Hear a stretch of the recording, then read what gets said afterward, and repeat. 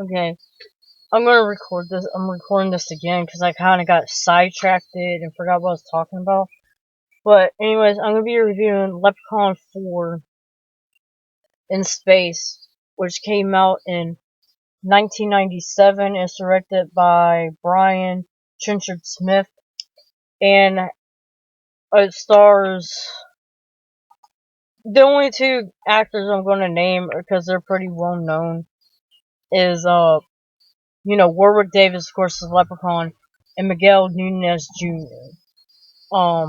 Most people will know Miguel Nunez Jr. because he's been in a few horror movies. He was in Friday the 13th Part 5, and he was also in Return of the Living Dead. He was also in Joanna Man, which that's not a horror movie, but I also know him from that. Now the plot of this movie is it's somewhere in the future, and these group of space marines are sent on this mission to retrieve a princess that the leprechaun kidnapped and is holding hostage on his planet. They have to retrieve her and take her back to her planet, and then later on in the movie, they're forced to destroy the leprechaun, which they don't know it's a leprechaun. They think it's some kind of space creature. And so, after this incident happens, where they fight the leprechaun on the planet, they blow him up. He comes back. He finds a way back. He finds a way onto the marine ship, and in leprechaun fashion, he kills them off one by one in order to get to the princess.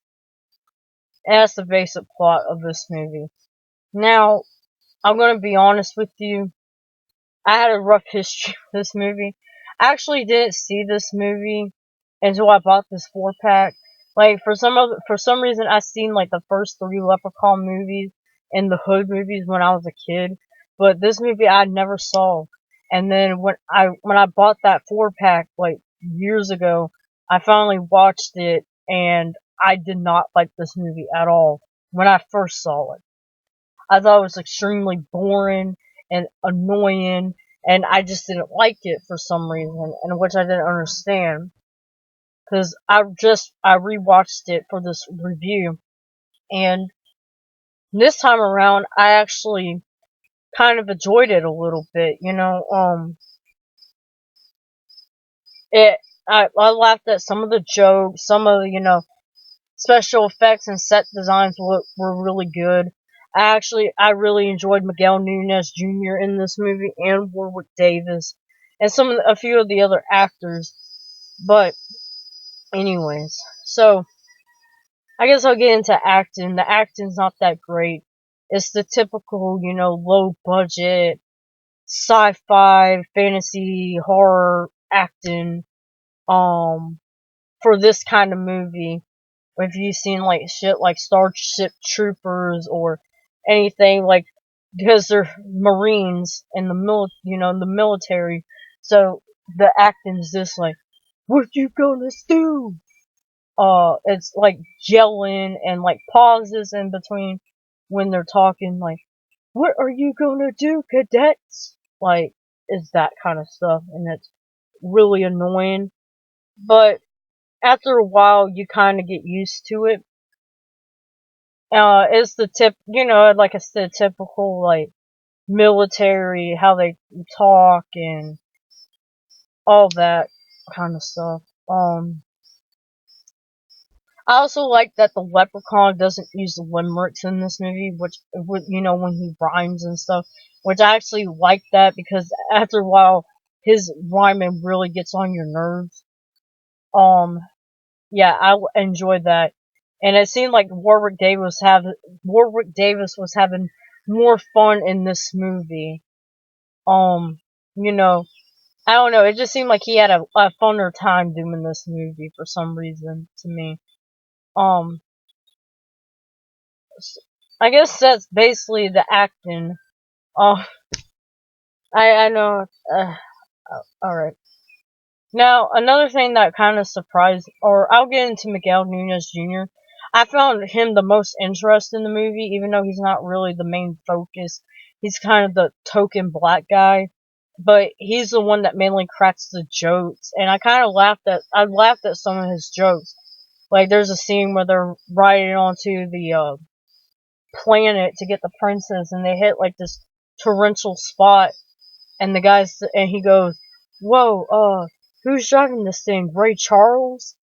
And then there's another scene where a guy's peeing on the leprechaun's hand, and he comes up to Miguel Nunez Jr. goes up to the guy, and he says, "Well, I would give you an applause, but I already see that you have to clap." And then, yeah, I thought some of the humor in this was pretty funny, like that, like his joke. Now one thing that did kind of surprise me was the set designs in this movie.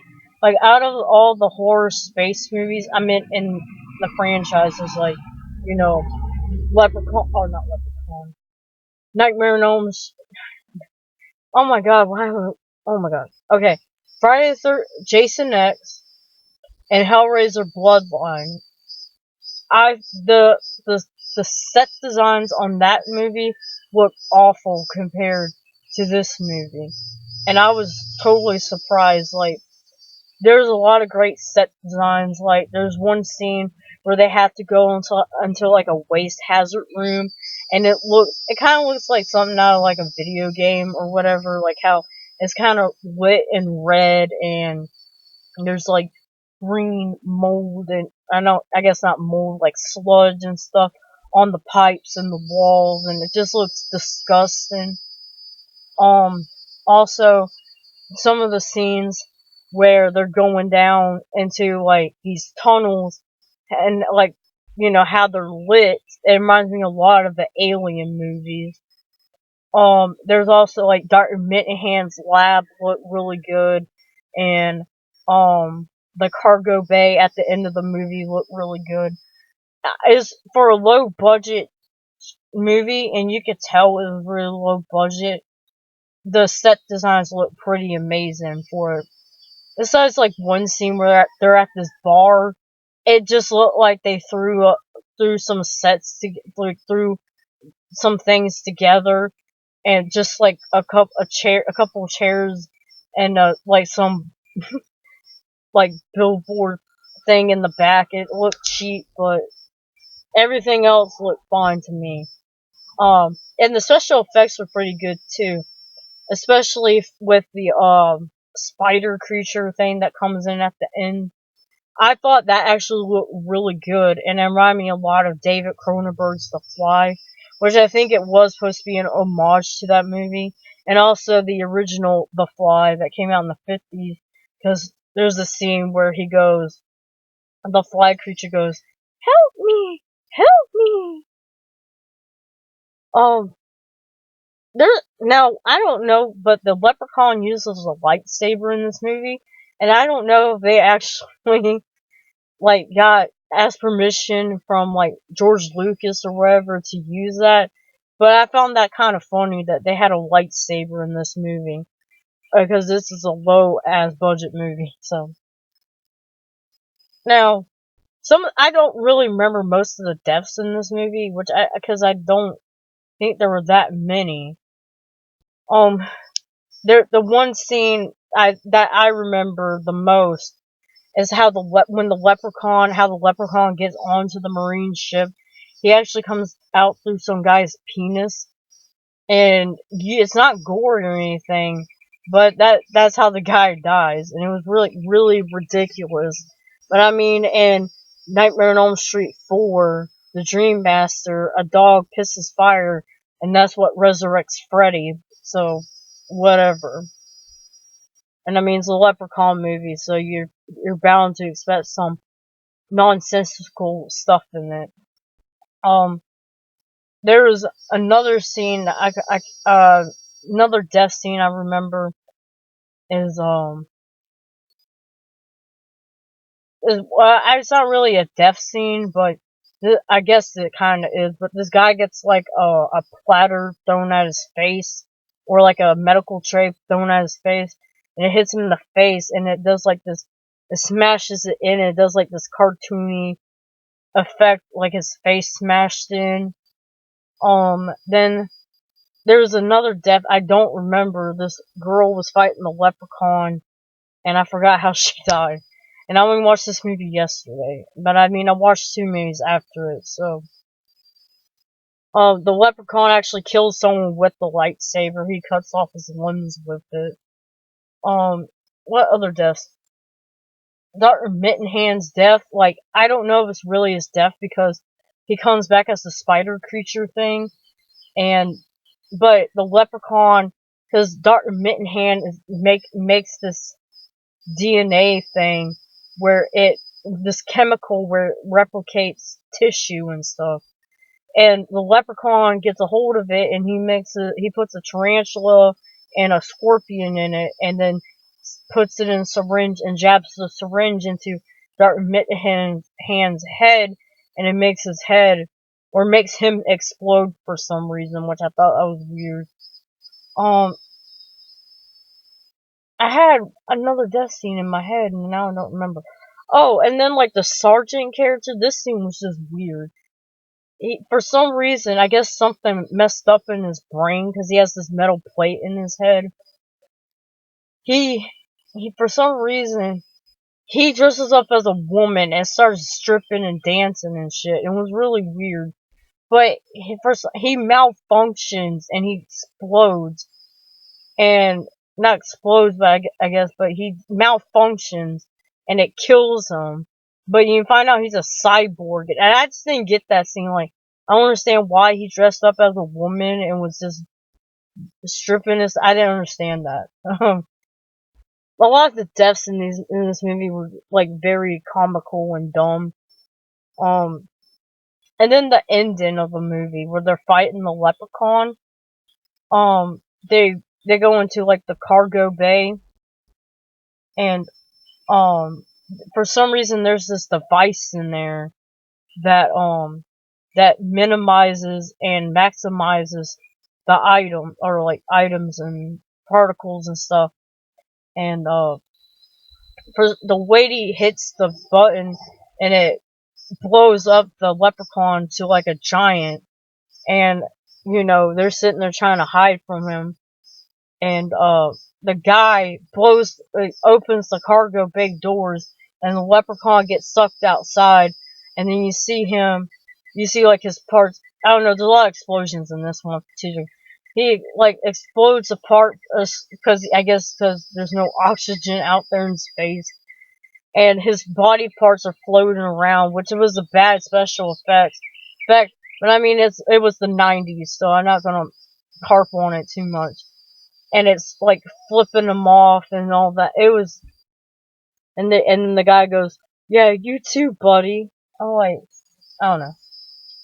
Now, I forgot to mention the special effect, or now the CGI effects sucked in this movie, but I'm going to say it's a low budget movie from 1997.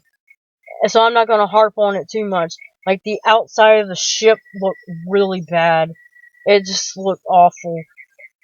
But I said, like, the set design in the ship and stuff, that looked great. There's also a lot of things I picked up in this movie. Like, there's, like, the place like, when they're going down to the Leprechaun's planet, there's, like, this thing or this effect in the background when they're on the planet and you see, like, lightning and stuff.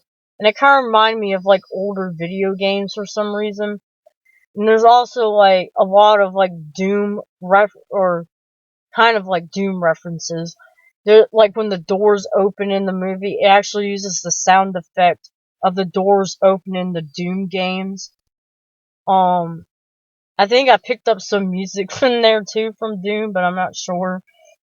Yeah, but anyways, I don't know why I can't think of anything else to say. Like I said, it's not a bad movie. It's enjoyable, but for some reason I just don't have much to say about it. It's not like the first 3 movies for me. I had more fun with them, but this one is good. It's passable if you really enjoy sci-fi horror movies, or horror comedies, I think you would enjoy this one. But anyways, that's my review.